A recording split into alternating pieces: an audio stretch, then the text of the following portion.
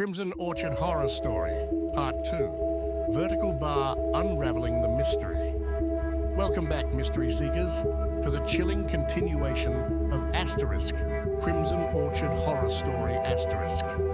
In Part 1, we uncovered fragments of the horrifying puzzle surrounding the infamous orchard, whispers of a cursed land, tales of unexplained disappearances, and a lingering sense of dread. In this episode, we delve deeper into the heart of the orchard's secrets. With every answer, chilling new questions emerge. Are you prepared to face the truth? Or will Crimson Orchard ensnare you too? Let's begin. Nestled in quiet, rural isolation, the Crimson Orchard stands as both an unassuming patch of land and a nightmarish legend. The stark contrast between its tranquil appearance and its ominous legacy is enough to send shivers through anyone who dares to venture near. This desolate place radiates an unsettling energy. The blood-red hues of the orchard's foliage are unmistakable, especially under the eerie glow of moonlight. Nearby, murmurs carry stories of long-forgotten settlers, terrible misfortunes, and inexplicable phenomena. What gives the orchard its foreboding aura? Why does even nature itself seem weary of this place? We knew these questions held dark answers.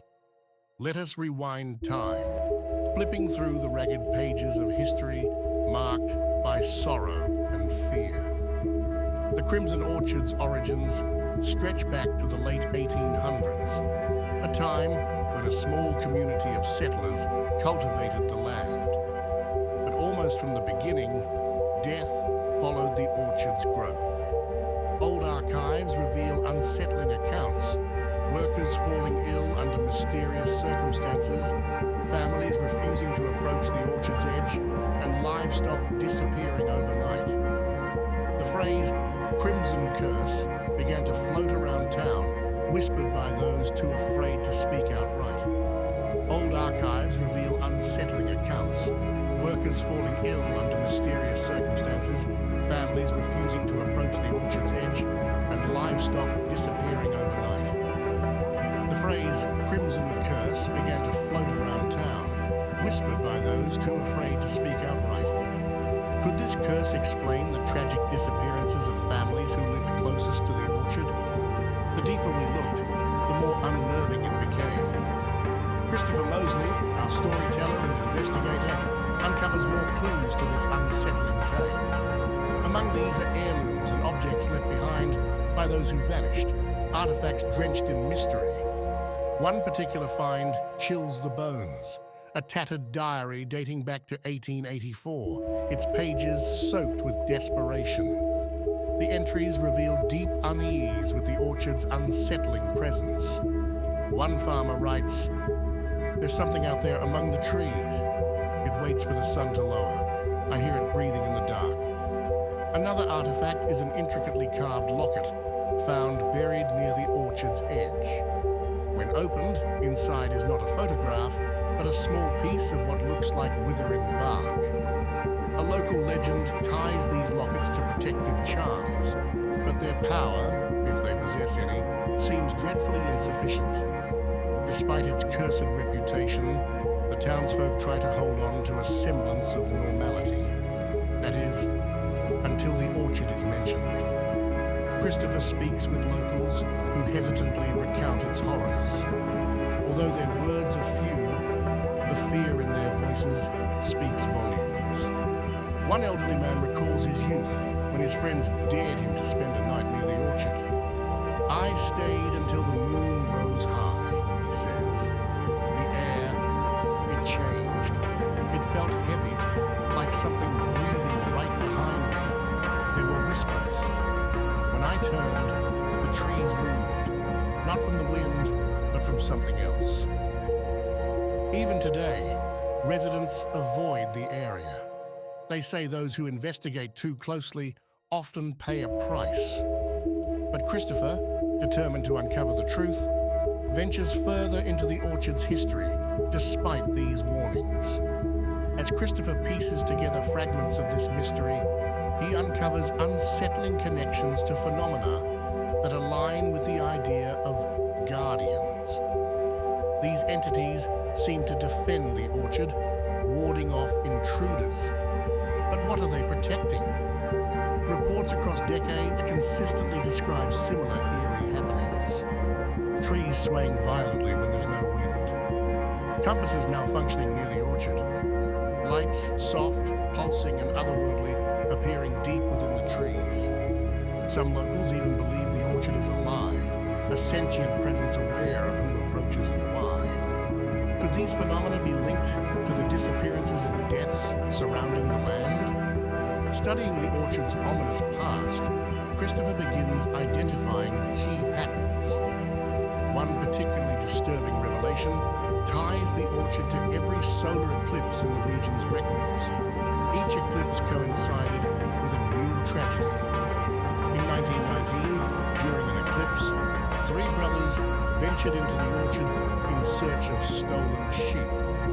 Only one returned, and the traumatized survivor would only mutter, "It wanted us, but it didn't take me."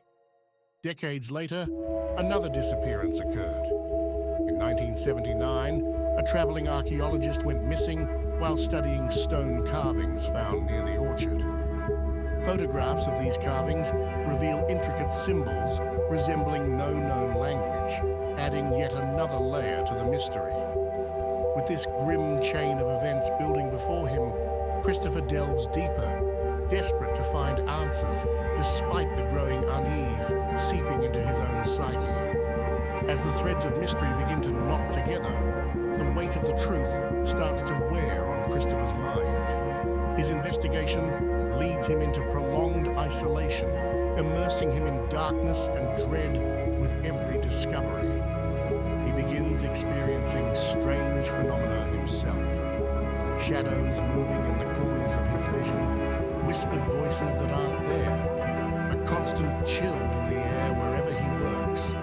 Is it paranoia, or is the orchard drawing him in? Christopher records his growing unease in a journal. It feels as though the orchard knows I'm looking into its secrets.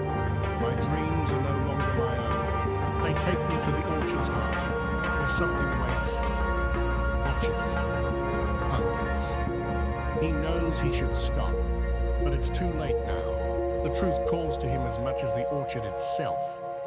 At last, Christopher uncovers the most chilling revelation yet. The diary he once found, thought to be a simple human account, may hold the key to understanding the orchard's curse. But what the diary reveals is far darker than he anticipated. One entry suggests that the orchard sits atop a site used for sinister rituals, a place where the blood of innocence was spilled to bind a powerful, otherworldly entity to the land. The trees drink blood, the final entry writes. They thrive because of it, and they will continue to take until the debt is paid. This revelation explains the orchard's unsettling energy, but raises an even greater question. What or who is taking? Determined to see the truth for himself, Christopher ventures to the orchard with the diary in hand. As he steps closer to the heart of the sinister grove, everything seems to shift. The air thickens, and the trees appear to twist and turn. Whispers grow louder. Sounds of snapping branches echo around him, yet no wind blows. At last, he reaches a clearing, where a massive, ancient tree towers over him. Its bark is blackened, and its roots seem to twitch slightly, as though alive. In the final harrowing moments, Christopher realizes the truth. The orchard itself is the entity. Every ritual, every drop of blood spilled, every disappearance, it was all to feed this grotesque, sentient being.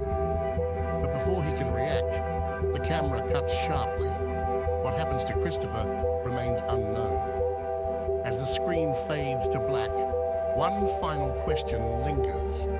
Did Christopher escape, or was he claimed by the orchard like so many before him? We leave you, the viewer, with this haunting mystery. Will you piece together the clues and uncover the remaining secrets? Or will the Crimson Orchard's dark truths stay buried in blood and shadow? Stay tuned for Asterisk Crimson Orchard Horror Story, Part 3, Asterisk, where we will delve even further into the nightmare. For now, tread carefully. Some secrets want to remain hidden. Thank you for joining us in unraveling the horrors of the Crimson Orchard.